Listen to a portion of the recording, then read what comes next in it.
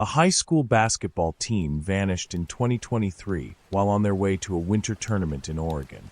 6 boys gone without a trace, leaving behind nothing but a gym bag and a strange note in the woods. But days later, 5 of them return, and what they reveal changes everything. A chilling truth hidden deep in the forest. It was the kind of evening that smelled like winter, but didn't quite feel like it. In the small town of Coldwater, nestled in the pine-covered folds of Oregon's Cascade Range, the high school gym buzzed with energy, warmth, and the squeak of sneakers on polished hardwood.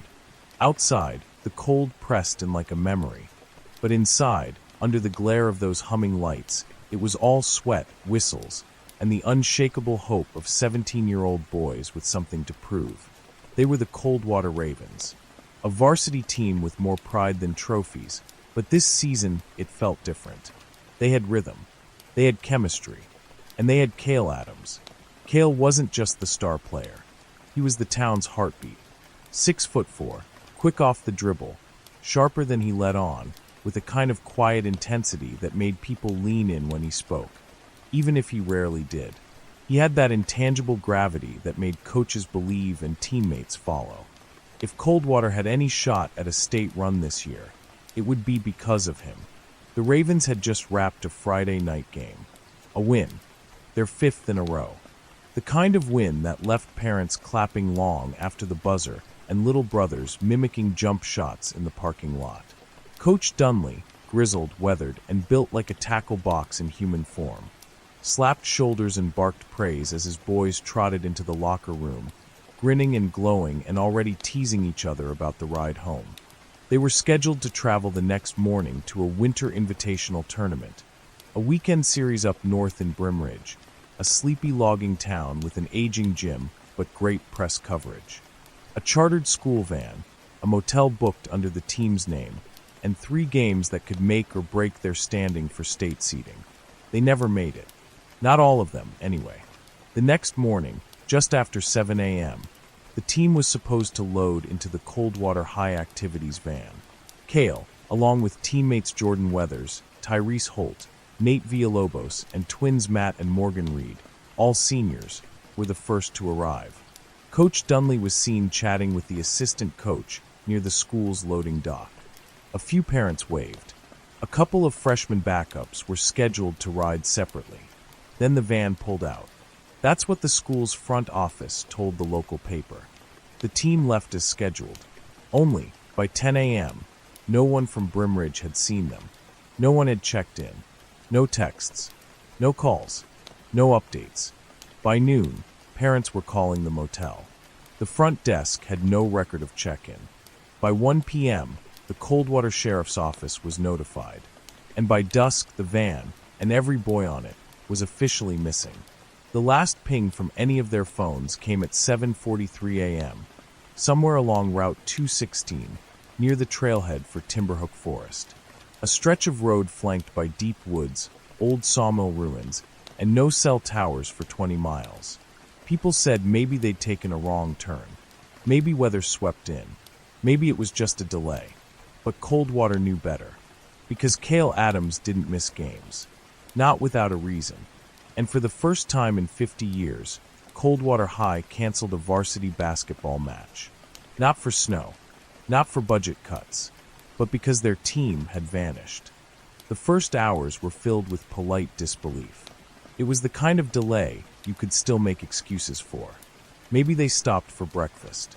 Maybe there was a flat tire and bad reception. Maybe the boys were just being boys, reckless, a little wild, a little late. But by that Saturday afternoon, Coldwater had already begun to shift. The front office phone at the high school rang nonstop. The boys' parents paced kitchens and garages, calling each other, texting updates that didn't say much, but felt like they had to be sent anyway. By 6:30 p.m., when the first snowfall of the evening dusted over Route 216, what was once worry had started to turn into dread. Deputy Miranda Keene was the first officer to drive the stretch of highway after the alert went out. She was local, Coldwater-born, Coldwater-raised, and she knew that road like muscle memory. It curved hard in places, veered close to steep ravines, and narrowed where the pines pressed in like walls. But the strangest thing about Route 216 was its silence. No noise but tires on frost. No homes for 10 miles. Just wind and the shadows of old timber trails that hadn't been walked in years. She didn't find the van that night, but she did find something. About 43 miles out from Coldwater, where the road twisted near the Timberhook Forest entrance, her headlights caught a scattering of something on the shoulder. Keene pulled over, got out, and found a pile of basketball gear half buried in slush. A duffel bag, a pair of scuffed white and red high tops, a jersey, number 11. That was Tyrese Holt's number.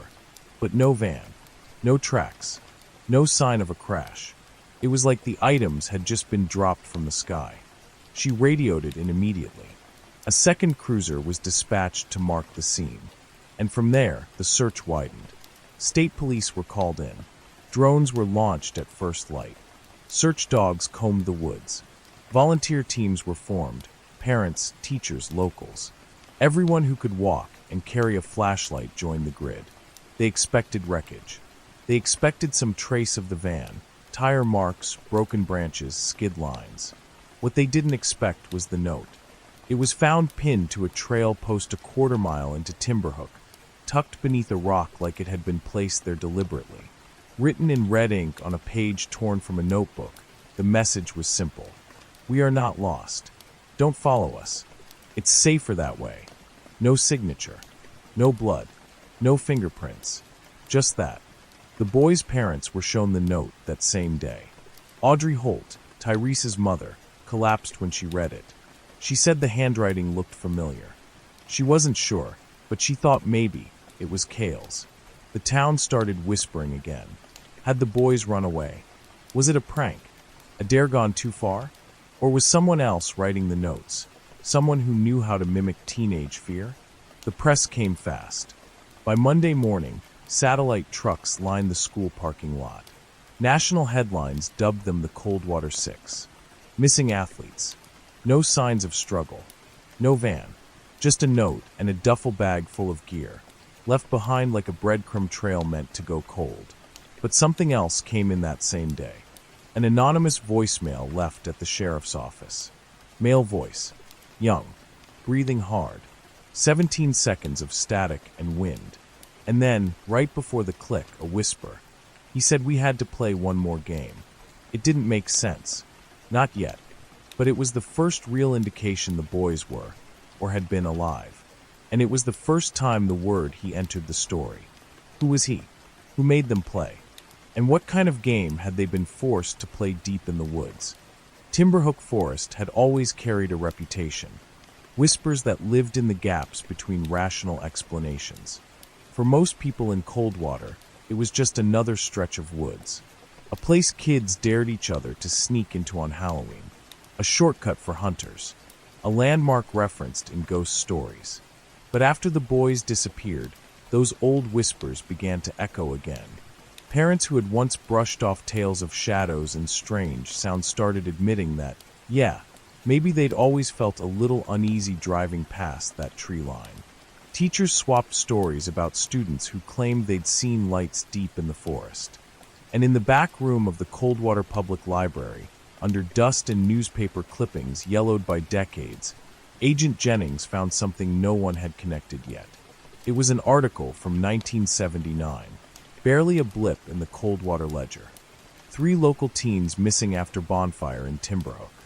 According to the report, it was a weekend party. A group of high schoolers, mostly seniors, camped out near the Timberhook trailhead. No alcohol was mentioned, but there were rumors of it. Sometime after midnight, 3 boys, football players, walked off into the woods and never returned. Their names were listed in the margin of the article: Brent Mullen, Casey Rhodes, and Jared Fry. All 17. All athletes. All never found. The article was brief. The search that followed, even briefer. The case had been forgotten, or perhaps deliberately left to fade. Jennings brought the article to Sheriff Keene, who had been 6 at the time. Her brow furrowed as she read it, lips moving silently over the names. "I remember that," she said. "My dad helped search. Did they ever find anything?" Jennings asked. Not a thing, Keen replied. Not a shoe. Not a jacket. Just gone. The coincidence was too precise. 6 boys, gone in 2023. 3 boys, gone in 1979. All athletes. All 17. All vanished without a trace in the same stretch of wilderness. And suddenly, Timberhook wasn't just a backdrop to the story. It was the story. The town began to shift again. What had once been community support turned to collective unease. Parents pulled their kids out of school. The varsity basketball schedule was canceled indefinitely. Coldwater High held a candlelight vigil on the football field, the stands filled with silence and breath visible in the cold. Someone, no one admitted who, spray-painted "He takes 6" on the side of the gymnasium. It was clean by morning, but the message lingered. Jennings, now working alongside state investigators, began to focus all resources on Timberhook. They brought in cadaver dogs, ground-penetrating radar, divers for the nearby quarry lake. Every trail was mapped, every footprint logged, every piece of clothing tagged and bagged. And then, 6 days after the disappearance, on a trail no longer marked on any park map, a new clue surfaced. A shoe. Not just any shoe. A Nike Elite with a custom lace job, Cale Adams' signature style. His parents confirmed it immediately. Inside the shoe was a note. Same torn notebook paper. Same red ink. We were chosen. He picks the ones who play hardest. Still no fingerprints. Still no sign of the van. But the message shook the team of investigators to the core. The idea that this wasn't random. That the boys had been selected. That someone was watching them, judging them, measuring them by how they played, how hard they pushed, how much they bled. A pattern began to form. Back in '79, the football players who vanished were all team captains. Aggressive, dominant athletes. And Cale Adams? He was the same. A natural leader. A quiet force. Jordan, Tyrese, Nate, Matt, Morgan. Each of them played like they had something to prove. Was that what had drawn him? Was this a game? Or worse, a ritual? The deeper they went, the stranger the clues became. Symbols carved into tree trunks, circular marks with lines through the center, always appearing in sets of 6. Scraps of jersey cloth, folded neatly. And once, pinned to a branch with a rusted nail, a photograph. Black and white. Faded, but clearly showing 3 boys from 1979, smiling in Coldwater football jerseys. Scrawled on the back, in the same red ink. The last game never ends. The photo changed things. Not in a loud, sirens blaring way, but in the way that softens a room. Like when someone walks in with a name you haven't heard in decades, and suddenly the past feels closer than the present. Jennings took the photo and the tree symbol to the sheriff's office, laid them side by side under the flickering fluorescent lights, and waited. Keen stared at it for a long time. "That's Brent Mullen," she finally said, tapping the boy on the left. "And that's Jared Fry.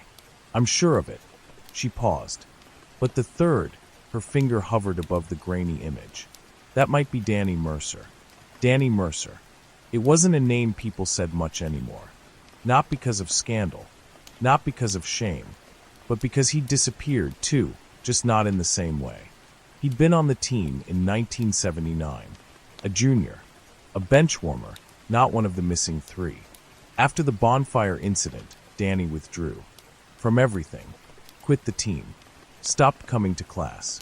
Moved in with a distant uncle out near Ash Hollow, and after graduation, vanished from the public eye altogether. He hadn't been seen in Coldwater in over 40 years. But the internet is a strange and persistent thing. And within 48 hours, Jennings found him. Or rather, found a man who had been Danny Mercer, now going by Daniel Ford, living in a rundown house near Brook Pines, 2 counties over. A recluse. Lived alone. Taught woodworking to middle schoolers for a while. Had no criminal record. Just nothing. A man-shaped blank space. She called in a welfare check first. Then went herself. The house sat at the edge of a tree line, smaller than Timberhook, but thick with pine and mist. She knocked 3 times. No answer. Just the sound of wind moving through the eaves. And then, finally, the door creaked open. He looked older than he should have. Not just in his face, but in the way he carried himself, like someone who'd been holding their breath for years. His eyes, though those were sharp, watchful, aware. "You came about the boys," he said before she could introduce herself. Jennings nodded. "You know about Coldwater?" He gave a tired smile. "The town doesn't forget. It just goes quiet." Inside, the house was simple, neat, lived in but untouched. There were no photographs on the walls, no signs of a life shared with anyone else. Just wood carvings, dozens of them. Small figures lined the shelves. 6 at a time. Always 6. Jennings sat on a worn couch while Danny made tea he didn't drink. "I need to ask you about Timberhook," she said. He nodded, almost like he'd been waiting for the invitation. "You've seen the photos," he said. "I was there that night. The bonfire. I saw them walk into the woods. And I never saw them walk back out." Jennings leaned in. "But you know something?" Danny's hands trembled slightly as he set the kettle down. "They were dared," he said softly. "It was part of a game." "A game?" He nodded. "Coach called it cutthroat. Said it was how real teams were built. Trust exercises. Secret drills in the woods. He said it came from the old days, something the varsity team used to do to weed out the weak links." Jennings froze. "Your coach sent you into Timberhook?" He nodded again. "Not just him. Other adults knew. Some alumni. Said it was tradition." "What happened that night?" Danny looked toward the window, where the trees swayed gently in the wind. "They told Brent, Jared, and Casey to run a trail. Midnight. No lights. Just instincts. We waited, but they never came back. Did anyone go after them? We tried, but the coach told us to stay put, that they'd figure it out. Next day, school was silent. We were told not to speak about it. No assembly. No counselors. Just basketball practice as usual." Jennings swallowed hard. "And you?" "I quit," he said. "Never touched a ball again." She showed him the photo from the tree. He stared at it, not with surprise, but recognition. "That wasn't taken in 1979, he whispered. "What do you mean?" He pointed at the background. The tree in the far left. "That carving, those slashes through the bark, I made those in '81. I went back once, after graduation, tried to see if they were still out there." Jennings felt her stomach tighten. "You're saying that photo was taken after they vanished?" Danny nodded slowly. "Someone posed them. Or something." She showed him the recent notes. The one from the trail. The one in the shoe. He paled. "That handwriting," he whispered. "That's Fry's. Jared Fry." "You're sure?" "I saw it every day for 2 years. That's his." "But it can't be." Jennings leaned forward. "Danny, is there any chance those boys survived? That someone kept them?" He didn't answer right away. When he did, it was barely a breath. "I don't think they ever left the forest." A silence fell over the room. Not the kind you fill with words. The kind that tells you something ancient just shifted, and there's no putting it back. They called it the cut. A phrase carved into the corner of an old playbook Danny Mercer had mailed to Jennings the day after their conversation, wrapped in wax paper and sealed like a relic. No one at the sheriff's department recognized the phrase, not at first. But Jennings traced it, line by line, through Danny's hand-drawn map of Timberhook. In the margin, he'd written one sentence. Only captains were shown the path. That phrase echoed louder the longer she looked at it. She took the map to a state forestry expert who layered it over satellite imaging. There was a trail. Faint, nearly overgrown, barely more than a game trail now. It forked just past mile marker 4, right where Tyrese's duffel bag had been found. From there, it cut northeast in a clean arc, not toward the ranger-maintained paths, but toward the deep woods. The forgotten woods. By Friday, the search team was ready. Jennings, Sheriff Keene, and 4 tactical rescue officers geared up at dawn. They wore GPS body cams, thermal scanners, and full winter gear. Timberhook was colder now, temperatures falling well below freezing overnight. If there was any hope of finding the boys alive, It was fading by the hour. At 6:42 a.m., they entered the forest. The first 2 miles were slow but uneventful. Just frost-laced trees, brittle undergrowth, and the soft crunch of boots on frozen dirt. But once they passed the original search perimeter, the forest changed. The canopy closed in. Sound dropped away. It wasn't quiet, it was hollow, like something was waiting beneath the surface. At the 4-mile mark, they reached the fork Danny had described. To the left, the park's maintained trail. To the right, a path nearly invisible to the untrained eye. They marked their coordinates, switched to infrared tracking, and stepped off the trail. Within 15 minutes, they found the first one. A jersey. Number 5, Matt reads. It was nailed to a tree, arms spread like a scarecrow. Beneath it, on the ground, were 6 smooth stones in a circle. Each stone was painted red, with numbers carved into the sides. 23, 11, 2, 5, 10, 12. The boys' jersey numbers. At the center of the stone circle, another note. Notebook paper.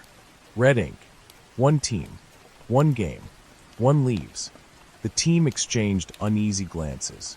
Is it a threat? Keene asked. Jennings didn't answer. She was staring at something else, another carving in the tree above the jersey. It was the same symbol from before. A circle. A slash. Only this time, there were 5 slashes inside. And that's when it hit her. The first carving they'd found, it had 6. 1 had been crossed out. Something had changed. Someone, or something, was keeping score. They pressed on. The terrain worsened. The trees grew denser. The air colder. And then they reached a clearing, small, maybe 40 feet across, covered in pine needles and half-melted snow. At the center stood a structure. A shed. Old. Hand-built. Boards gray with rot. The door hung loose on one hinge, swinging gently in the wind like it was breathing. They approached slowly. Jennings led, flashlight in hand. Inside, a chair. A table. A lantern long dead. And on the wall, 6 hooks. 5 of them had clothing hanging from them. Jerseys. Hoodies. A red varsity warm-up jacket with Cale's name embroidered on the sleeve. The 6th hook was empty. Beneath it, scrawled into the wood, "The captain watches last." Keene stepped back. "What the hell is this?" Jennings took a slow breath. "It's not a shed," she said. "It's a locker room." They swept the surrounding area, 20 yards, 30 yards, 50 yards out. Found remnants of what looked like benches. Ripped canvas. What may have once been bleachers or makeshift seating. But the worst find came next. Buried under frost and soil, near a fire pit long extinguished, they unearthed a camera. Old. Film. Still intact. They bagged it immediately, sent it back with a runner to the mobile lab. 3 hours later, Jennings received the call. They'd developed the photos. There were 6 images, each one blurry, taken at night. Torchlit. The first 5 showed the boys, standing in a circle. Dirt on their faces. Fear in their eyes. The 6th was Cale, sitting in the chair from the shed, hands folded, looking straight into the camera. Behind him, faint and half-shrouded by shadow, stood someone tall. Someone wearing a mask. The mask was crude, wooden carved, like a twisted version of a referee's whistle. And in his hand, a clipboard. The photo had no date, no caption, just Cale's eyes, unblinking, still, as if he knew someone someday would need to see it. Jennings didn't sleep that night. Neither did the parents. Because whatever this was, it wasn't just a disappearance. It was a design, and it had rules. By the time the sun set on the 6th day of the search, the story had already changed. This wasn't about a bus crash anymore. Not about lost hikers or a detour gone wrong. It was something older, stranger, more deliberate. Jennings stared at the photo of Cale in the shed until her vision blurred. Not because it showed violence. There was no blood, no panic, no scream caught in motion. But because of the stillness. That eerie, posed calm that looked almost rehearsed. Like Cale knew where to sit. Like someone had told him how to look. Back at headquarters, Jennings spread the 6 photos across the incident table like tarot cards. She didn't speak. Neither did Keene. They all just looked. A still life of fear, discipline, ritual. It didn't feel like something a person invented. It felt like something inherited. She started pulling Coldwater's history apart, one decade at a time. The deeper she went, the stranger the echoes. In 1956, 3 boys went missing near Timberhook. No search was filed. The town was smaller then, barely mapped. The deaths were dismissed as possible runaways. But the newspaper from that year mentioned a game gone wrong. In 1932, a Coldwater teacher was arrested for organizing physical trials for students in the woods. The charges vanished. So did he. In 1901, before the town even bore the name Coldwater, settlers abandoned a nearby chapel camp after boys began disappearing in twos. Every 30 to 40 years. Always male. Always teenage. Always athletes or physically gifted. It wasn't a coincidence. It was a pattern, and the pattern was Coldwater's. Jennings brought the research to Keene, who rubbed her temples and said what no one wanted to say. This town is part of it. Jennings nodded, or built on top of it. She reached out to a professor at the University of Oregon, a folklore specialist named Dr. Lorna Greaves. She sent her the notes, the carvings, the photos. Within hours, Dr. Greaves called back. "You're looking at a ritual," she said, voice low, careful. "Initiation through attrition. It shows up in rural oral histories all over North America, though rarely this organized." "Ritual for what?" Jennings asked. Greaves hesitated. "Control. Community cohesion. Some kind of sacrificial endurance.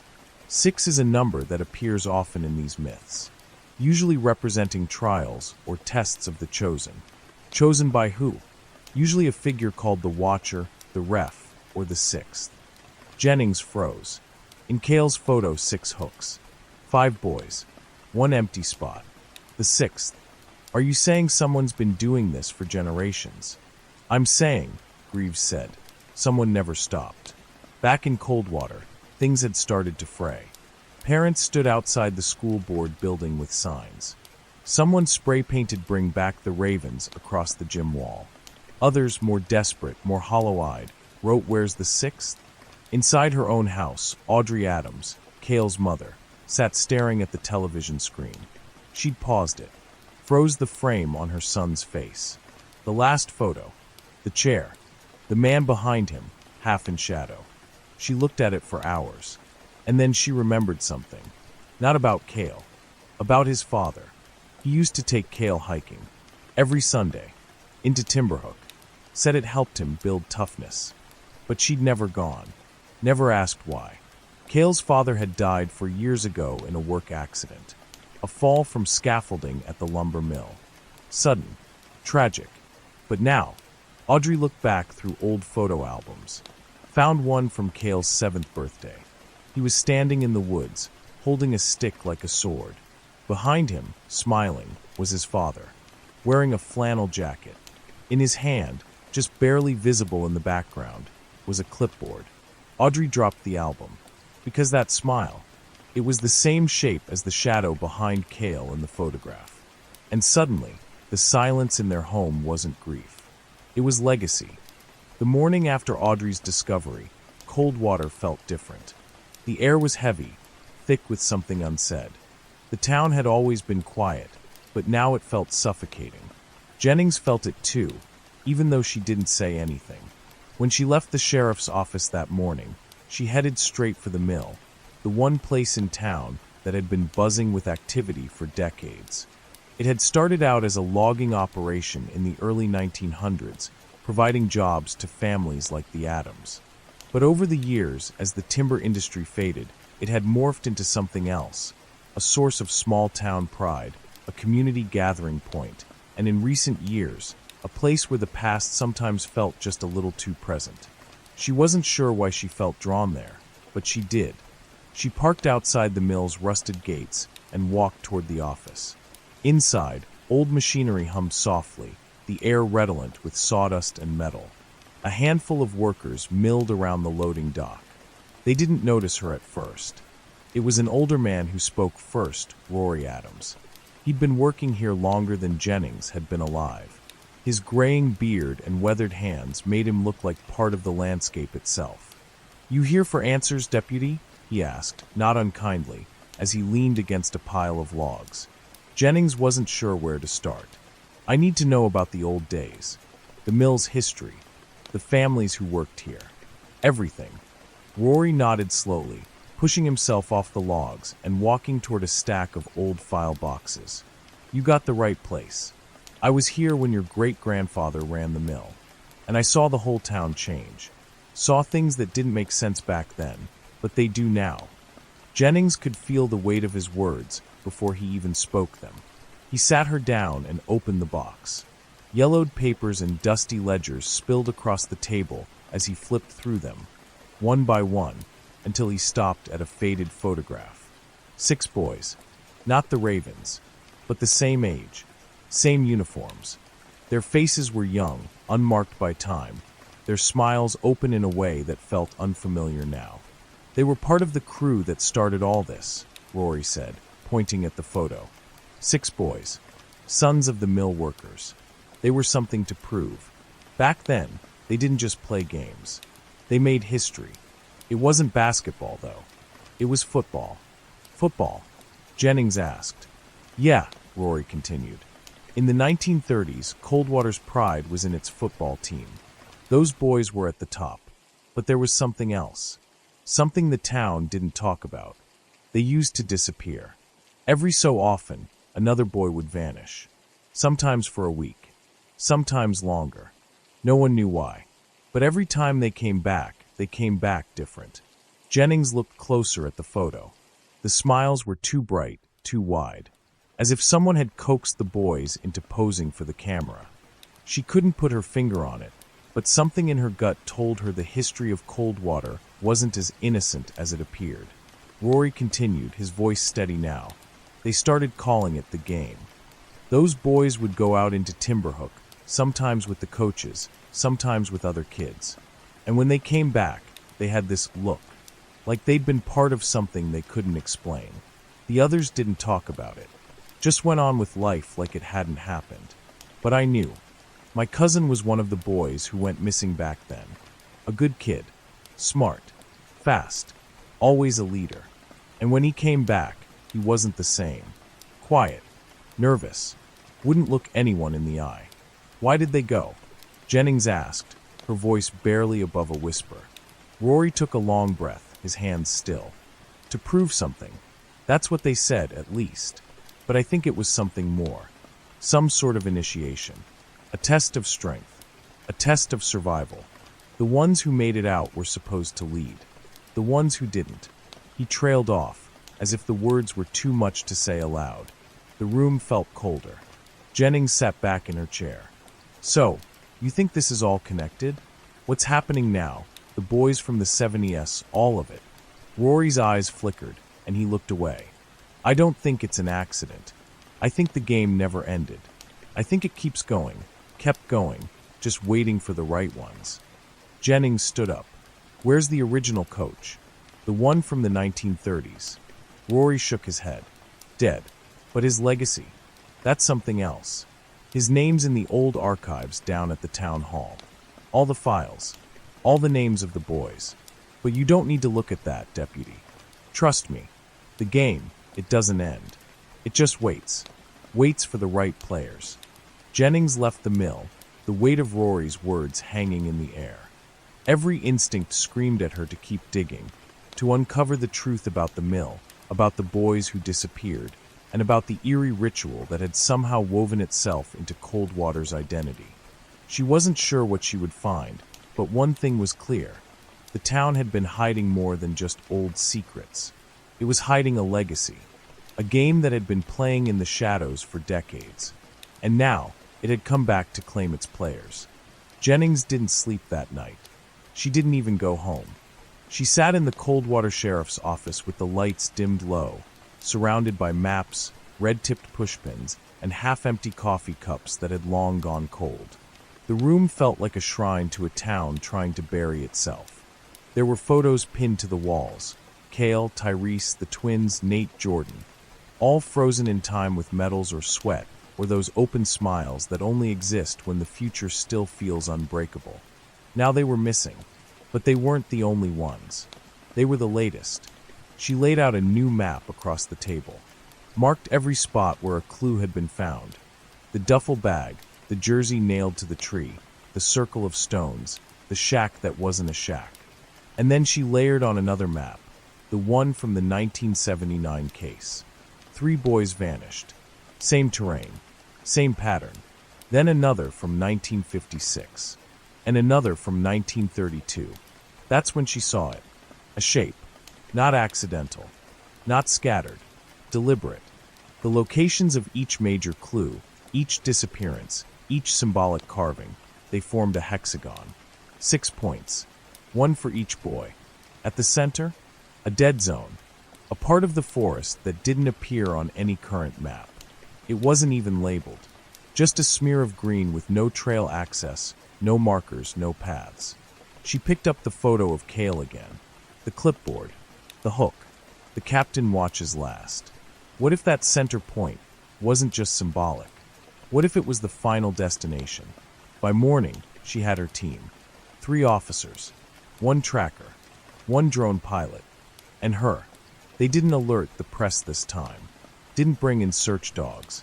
This wasn't a rescue operation anymore. This was something else. They entered the forest just after sunrise. The cold was bone deep, the kind of chill that made you feel like the trees were watching. The drone hovered above them, silent and unblinking. At the 2-mile mark, the radio started to fuzz. At 4 miles, total silence. No signal, no GPS, just the compass and the map.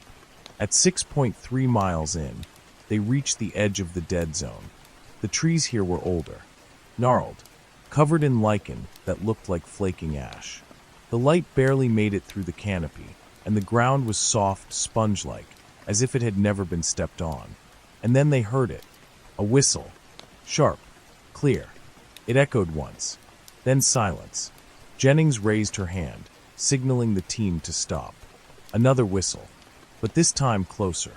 They followed the sound cautiously until they reached a clearing. And at the center of the clearing, a court. Not a gym. Not asphalt. Just a crude rectangle outlined with stones and chalk, cleared of leaves and brush. 6 tree stumps marked the perimeter, each carved with jersey numbers. The center stump was taller. On it sat Cale. Alive, but silent. Still, staring straight ahead. His hands rested on his knees. His jersey was dirty but intact. He didn't look afraid. He looked ready. Jennings approached slowly. "Cale," she whispered. His eyes shifted barely. She reached him, crouched beside the stump, and gently placed a hand on his shoulder. That's when he spoke. He said the game's almost over. Jennings felt her breath catch. "Where are the others?" Cale blinked. "They're close, but only one finishes." A sound behind them, movement in the trees. Jennings turned, hand on her sidearm. More figures stepped out. Jordan, Nate, Matt, Tyrese, Morgan, all alive, all standing just outside the stone rectangle. They didn't speak, didn't move forward. It was as if they were waiting for a signal. Jennings turned to Cale. "Who is he?" Cale didn't answer. But then a figure stepped into view. From the far end of the clearing. Tall, broad-shouldered, wearing a wooden mask, shaped like a referee's whistle. And in his hand, a clipboard. Jennings raised her weapon. "Put it down." But the figure didn't move, didn't speak, just raised one hand and pointed to Cale. Then slowly, deliberately, tapped the clipboard 3 times. Cale stood and walked forward. "Cale, no," Jennings shouted. But the boys didn't stop him, didn't even flinch. They just watched, like they'd seen this before, like they knew this was how the game ended. The figure and Cale disappeared into the trees. And the rest of the boys? They turned to Jennings and spoke in perfect unison. "One stays to keep the rules. The rest get to go home." Jennings froze, because none of them looked scared. They looked relieved. They walked out of the forest one by one, 5 boys, barely more than shadows under the weight of something they hadn't chosen, but had somehow survived. They didn't run. They didn't cry. They didn't speak.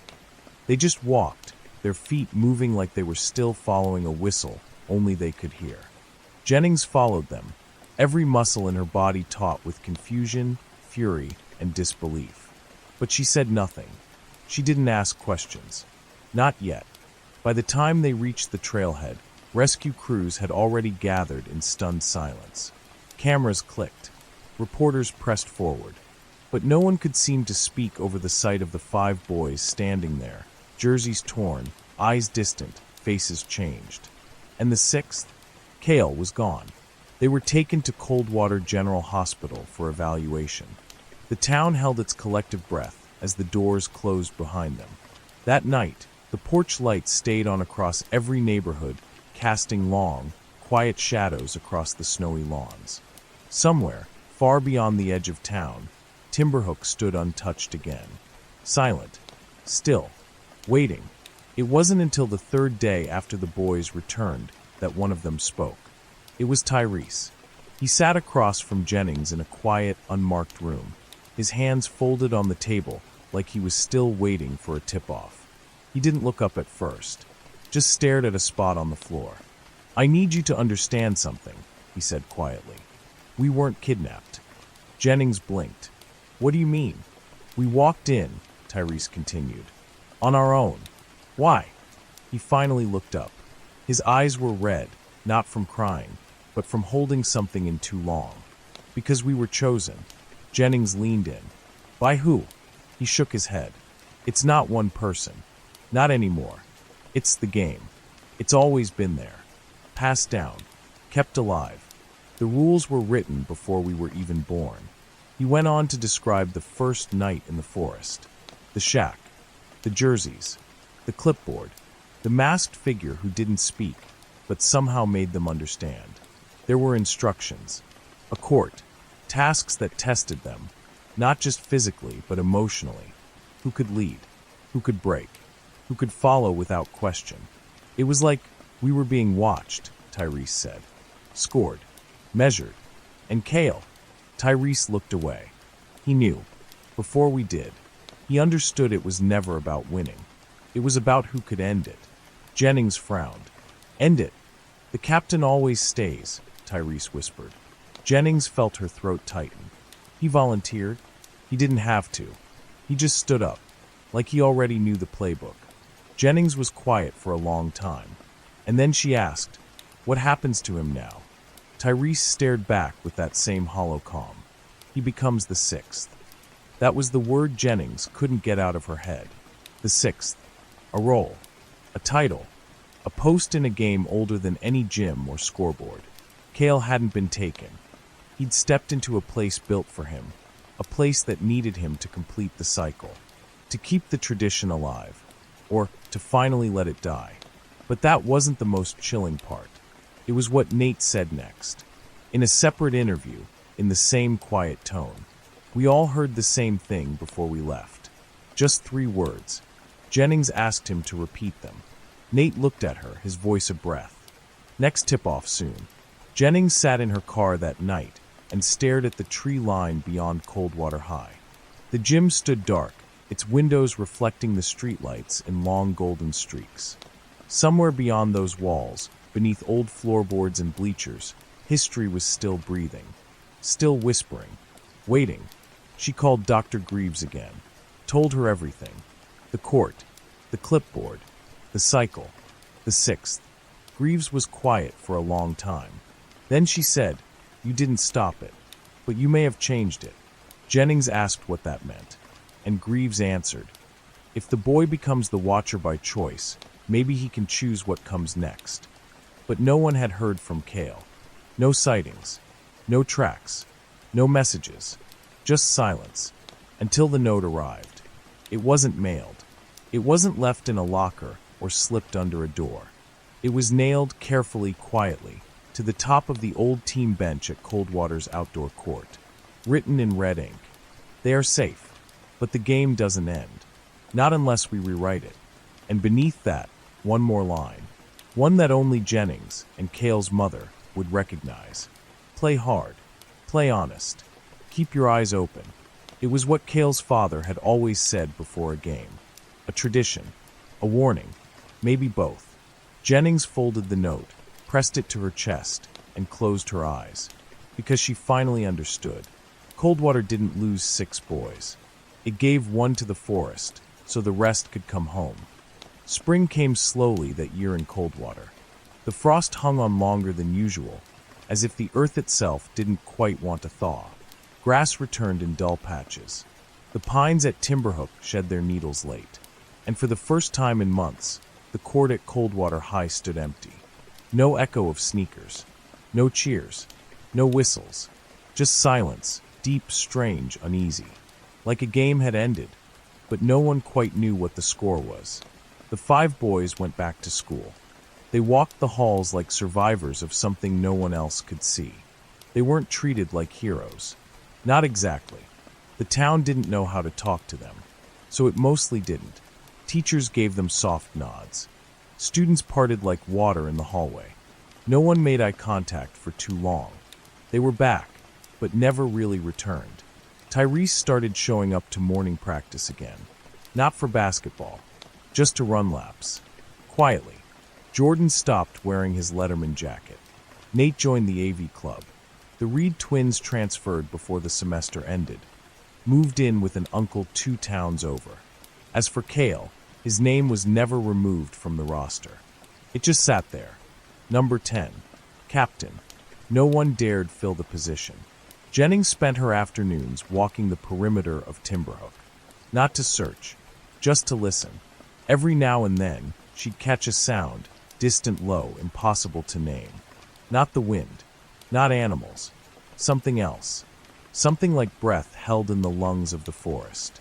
She never went in alone. Audrey Adams eventually moved out of town. Said the porch light had been on long enough. But she didn't sell the house. Left it exactly as it was. She left a note with Jennings before she left. If he ever wants to come home, there's soup in the freezer and clean sheets on his bed. Tell him I never stopped listening for the door. Jennings kept the note in her top desk drawer, along with Cale's last message. And a photo. Not the one from the forest. An older one. Cale in 7th grade, sitting on the bench during a junior varsity game, looking off camera with that same unreadable stare. Same bench where the final note had been nailed. The court itself became something of a landmark. Quiet. Unused. Kids would walk around it, not across it. Someone placed 6 stones beside it, painted red. One went missing every week until only one remained. No one replaced them. Dr. Greaves published a paper on rural ritualistic structures in Pacific Northwest adolescence. She never mentioned Coldwater by name, but those who read it, really read it, knew. The term she used, participatory mythos. A game that needs players to continue existing, but also a game that, if understood, could be rewritten. Jennings clung to that idea. That maybe Cale hadn't just disappeared into the woods. Maybe he was changing something. Flipping the playbook. Setting different rules for the next time. Because there would be a next time. That's what the note had meant. Next tip-off soon. One night, long after the headlines had faded and the town settled back into its slow rhythm, Jennings returned to the clearing. Alone. No badge. No radio. Just her and the trees. She didn't go deep. Just enough to feel the weight of it again. The air was cold. Still, but not empty. At the edge of the old court, something had been left behind. A ball. Weathered. Deflated. On it, scribbled in red marker, were 3 words. Your move, coach. Jennings picked it up, smiled, and left it exactly where she found it. Because some stories don't need endings. They need watchers. People willing to sit at the edge of the dark, eyes open, heart steady. Listening for the whistle. Waiting for the next game to begin.